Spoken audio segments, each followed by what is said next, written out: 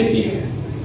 और मेरे लिए वो तुलबा, हमें फख्र अपने तुलबा पे, अपनी तुलबा तंजीमों पे कि इन्होंने अपने तमाम नजरियात को साइड में छोड़ के और इत्तेहाद शो किया। और आज इस शदीद मौसम में कि आज देख लें सर्दी अचानक आ गई है, बारिश शदीद लगी हुई है, लेकिन मेरे ये तुलबा जिन्होंने मुजफ्फराबाद के अंदर इस तहरीक को स्टार्ट किया, आज भी वो यहाँ पे जाना बिछाना हमारे साथ खड़े हैं। इसके लिए मैं तमाम तुलबा तंजीमों को खराज तहसीन पेश करता हूँ। जब आपकी तुलबा, आपकी भाई बहने, जब वो किसी खून का पैरा जल्दी से दूर समझे आपकी कामयाबी है। और मैं ये बात दावे से कहता हूँ कि ये लोग कभी पीछे नहीं हटेंगे। मैं बार बार ये बात कहता हूँ कि हम लोग भी माइनस हो जाए, ये तहरीक खत्म होने वाली नहीं है।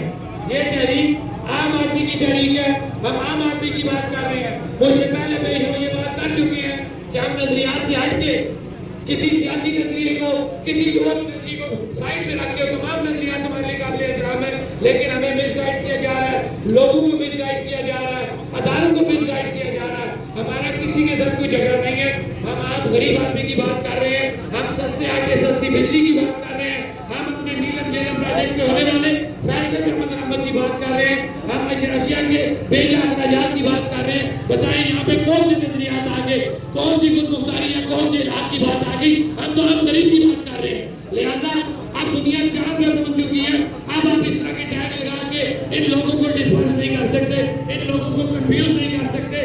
लोग मशहूर हो चुके हैं। 76 सालों से आपने इन लोगों को तकसीम करके रखा, नजरियात के अंदर, जिलों के अंदर, दबिंदों के अंदर, सिर्फ और सिर्फ कश्मीर की दुकानदारी करने के लिए। अब बहुत लोग ये कश्मीर की दुकानदारी अब नहीं चलेगी। अब आपको अवाम को जवाब देना पड़ेगा, अवाम के हकूक अवाम को देने पड़ेंगे।